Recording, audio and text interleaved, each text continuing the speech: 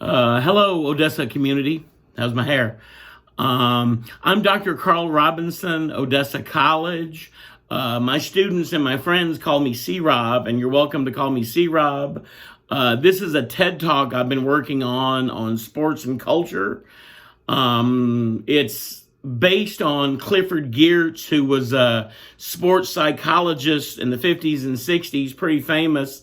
An essay of his called Deep Play Notes on the Balinese Cockfight.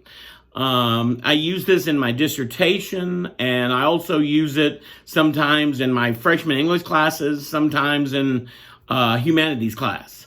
But I need to break down the article first before I get to the sports themes. I think this works on many levels. I think college students would enjoy it.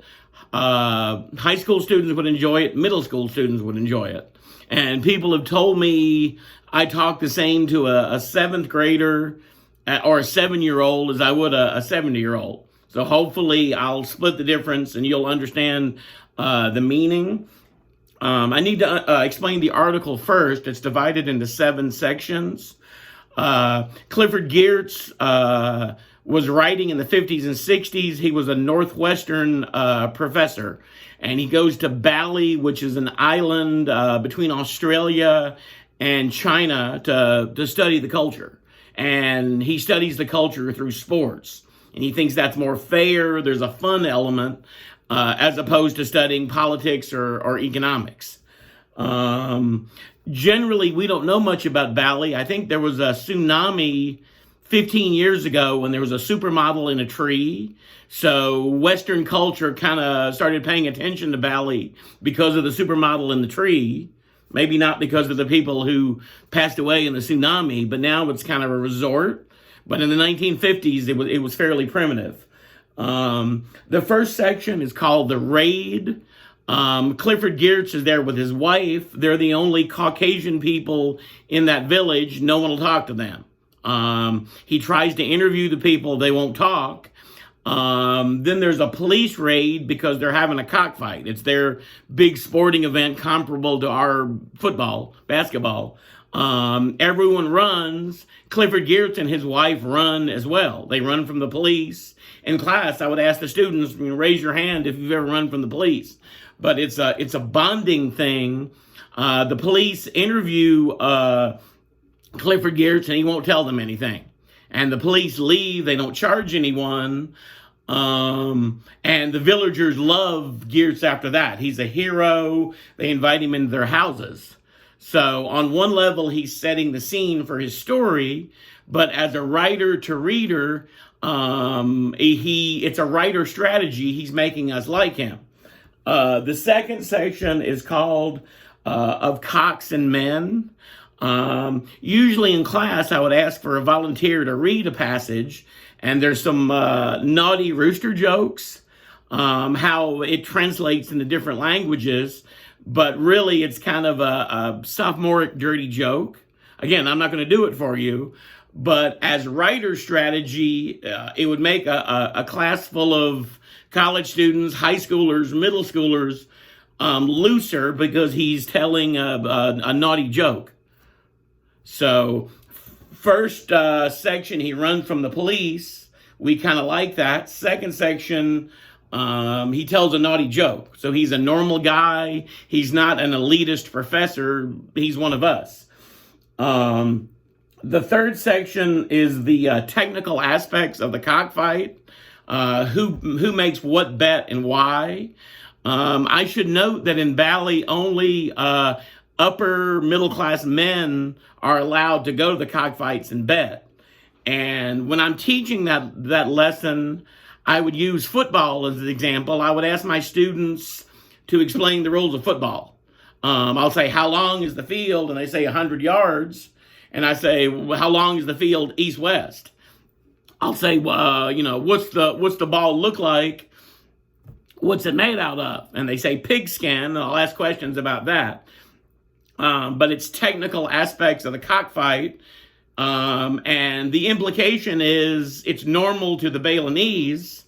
Most of us know the basic rules of football. It just seems normal. Everyone should know that. But maybe football in another country means soccer. Maybe there's some countries that have never seen an American football game. So I think his point is, on one level, the technical aspects, but what we think is normal, or what they think is normal, might not be normal for us, might not be normal for them. Not everyone knows the rules of American football. The next section is called Odds and Even Money. It's essentially gambling etiquette. The example I would use, I got my PhD at Kent State University in Ohio. I don't know if you realize this, but of all the Division I football teams, they have the worst record over the last 100 years. I think they started playing in 1918, 1919. But every year if Kent State was playing Penn State, the people who write the school newspaper, the Daily Kent Stater, there'd be a column where they make football predictions. And every year, the editor, the sports editor, the features editor, who's going to win Kent State versus Penn State, every year they pick Kent State.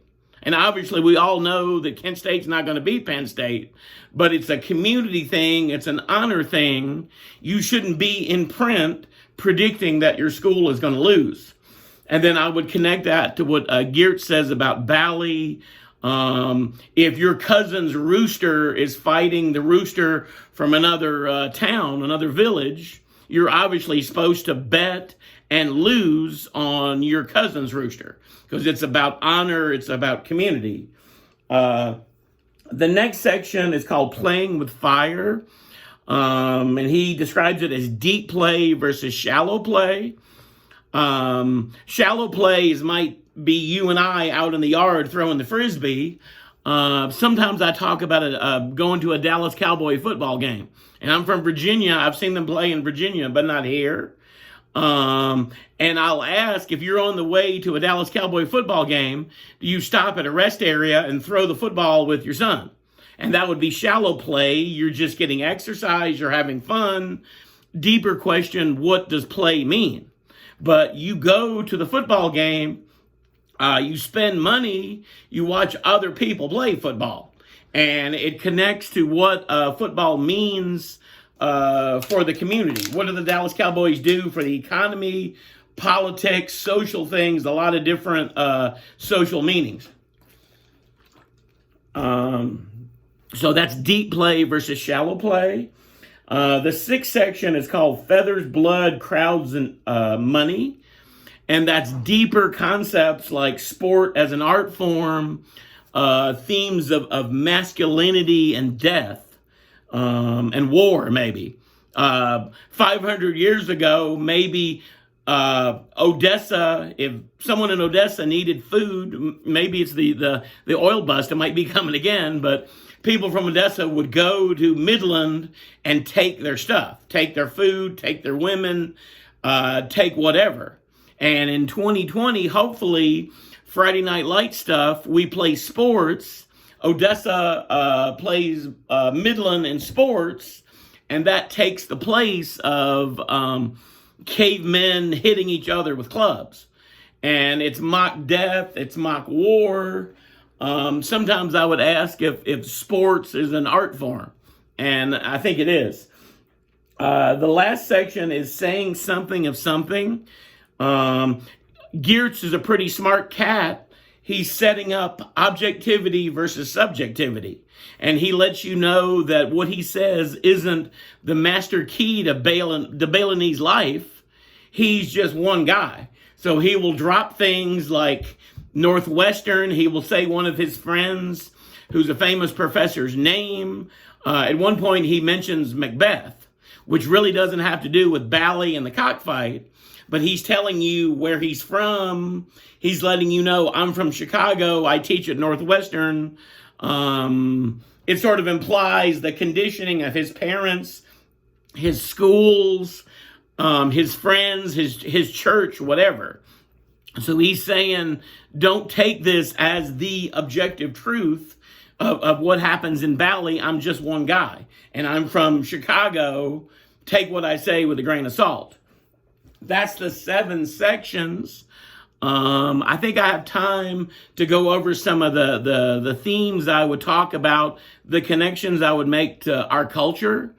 I would ask the students, do they know anything about ballet? Generally, they don't. Just about some of them, 15 years ago, if I'd asked, supermodel in the tree, but we don't know anything now. And then I would ask what an anthropologist does. I would ask them, is it a good thing that a Chicago professor in 1959 goes to an island in the Pacific to study the culture? And they would say, yeah, I think so too. But then I would say, somewhere in that mix doesn't imply that like Western American norms are what is normal. In other words, if you're from Bali, should you be the person writing, talking about Balinese culture? If you're African American, should you be the one writing about African American culture? If you're Hispanic American, should you be the one talking about Hispanic American culture?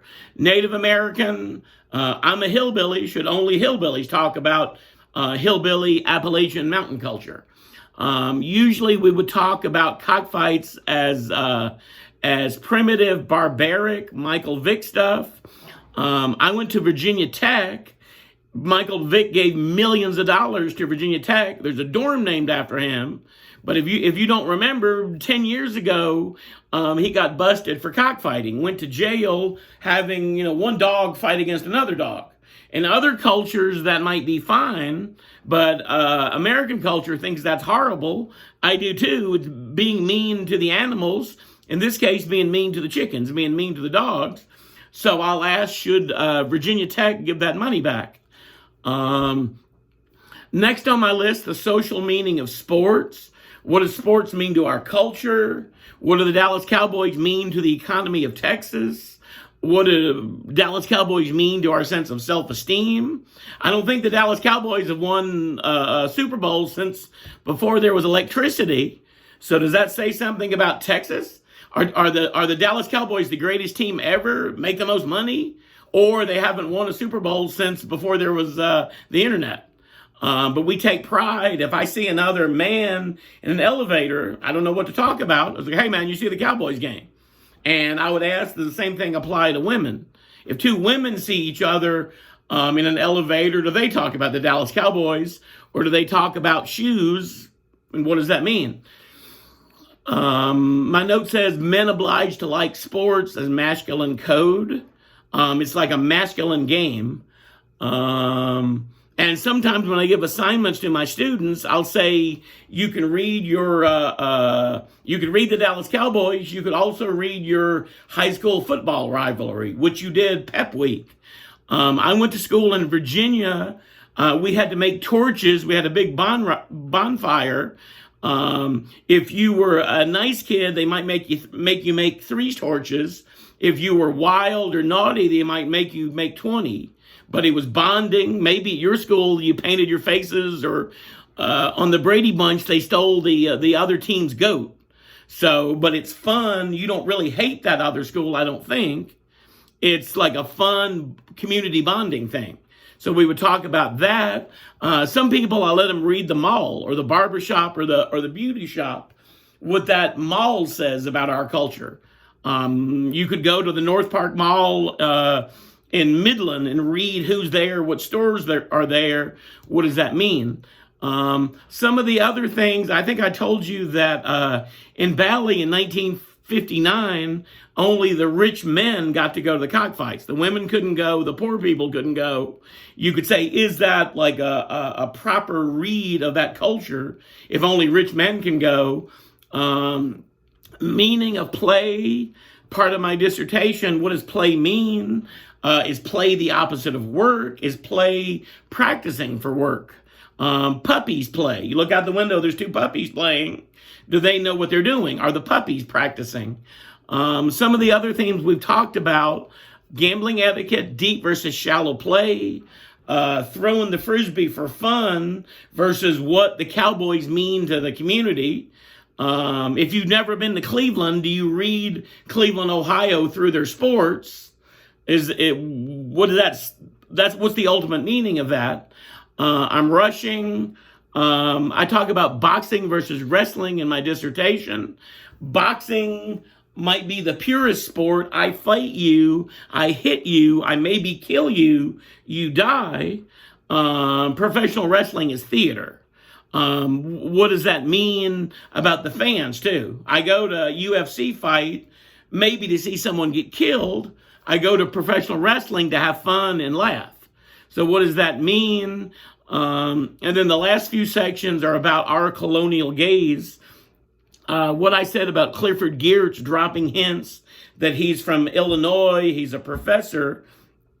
Just what he thinks about Bali is simply that. He's one individual. He has his own Illinois norms, and he's going to Bali and showing us what he sees, but that's not the master key to Balinese life. So that's about 15, 16 minutes. But ultimately, it's about what sports means to our culture. Thanks.